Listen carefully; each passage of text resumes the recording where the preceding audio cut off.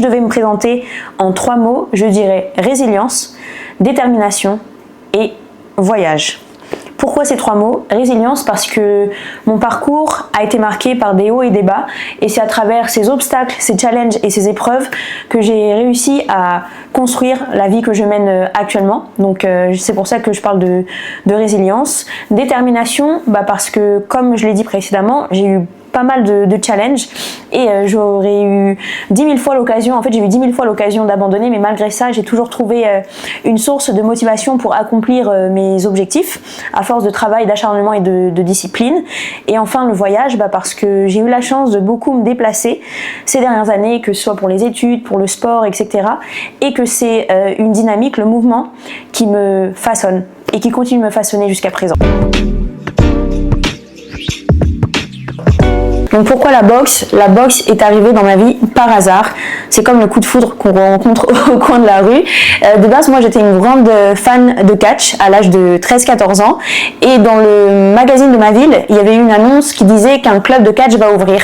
Donc moi, tout de suite, je m'imaginais un peu star de la WWE, future star du catch américain. Et quand j'arrive sur place, en fait, mauvaise nouvelle, il n'y a pas de club de catch, mais à la place, il y a un club de boxe. Et je me rappelle que l'équipe de l'époque du boxing club m'a dit écoute Marine, viens essayer, tu vois si ça te plaît, et si ça te plaît tu continues avec nous, sinon il n'y a pas de problème.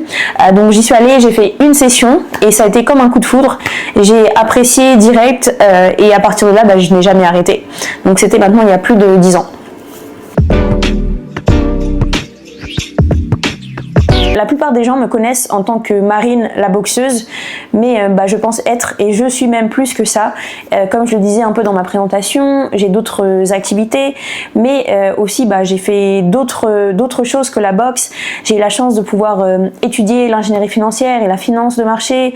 J'ai évolué à New York pendant plusieurs mois, où j'ai eu l'occasion par exemple de faire des stages à Wall Street, etc.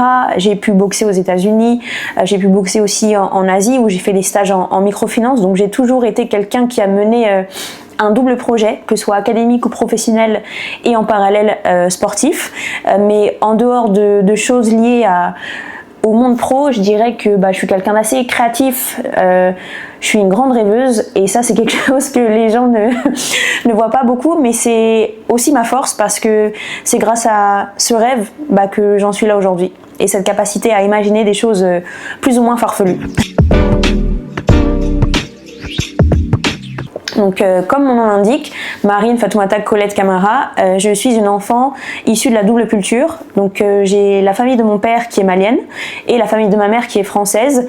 Mon père a grandi au Mali, à Caille, dans la région de Caille, et ma mère a grandi dans le Limousin, pas loin de Limoges, et j'ai toujours eu la chance en fait dans ma jeunesse d'aller soit à Meaux, là où toute la diaspora malienne et ma famille habitaient, ou dans le Limousin justement, où je grandissais à travers la ferme de mes grands-parents.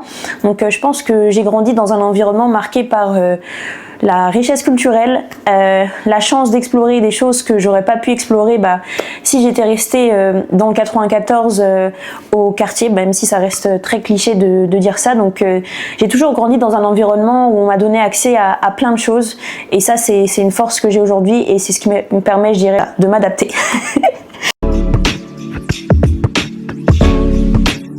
Je ne pense pas. C'est vrai que déjà je viens d'une famille quand même modeste, populaire, etc. Donc la chose qu'on entend quand on est enfant, c'est de faire de grandes études, de viser les grands métiers pour sortir de sa condition et s'améliorer financièrement, socialement, etc. D'après mon parcours, donc ma famille s'attendait à ce que, je sais pas moi, je trouve peut-être un job en finance, que je travaille dans une grande entreprise, que j'ai un bon salaire, que j'ai une maison, que j'ai une voiture, et en soi c'est une réalité et nos parents veulent toujours plus que ce que eux ont eu. Mais malheureusement pour eux, j'ai choisi un chemin différent, même si aujourd'hui ils continuent de me soutenir, ils restent très fiers et contents, mais c'est clair qu'ils s'attendaient pas à ce que je devienne athlète de haut niveau, à temps plein, surtout que par rapport aux résultats académiques que j'avais, je pouvais carrément envisager d'avoir une carrière professionnelle dans un autre domaine.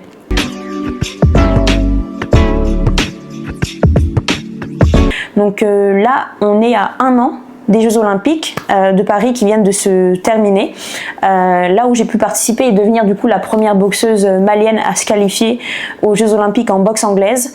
Ça a été une période très intense et ça m'a donné l'envie d'explorer autre chose et de me ressourcer différemment, parce que c'est vrai que, comme je le disais, en tant qu'athlète, on a souvent la tendance à penser qu'on n'existe qu'à travers notre sport, et donc cette année, moi j'ai fait le choix d'explorer d'autres choses, de mettre en place des activités, etc. Donc je me suis un peu éloignée et donc pour moi l'objectif de la saison 2025-2026, c'est tout simplement de reprendre la routine sportive de compétition, parce que c'est une chose de s'entraîner mais c'en est une autre de combattre. Donc je dirais que pour 2025-2026, mon but c'est de participer aux compétitions internationales, de reprendre le rythme, de me repositionner, parce que après ce qui va compter c'est la qualification olympique. Ensuite en parallèle, je dirais que c'est de développer et de continuer plutôt de développer les initiatives professionnelles que j'ai mises en place cette année, que ce soit en tant que consultante ou en tant qu'entrepreneur et coach du coup dans la boxe.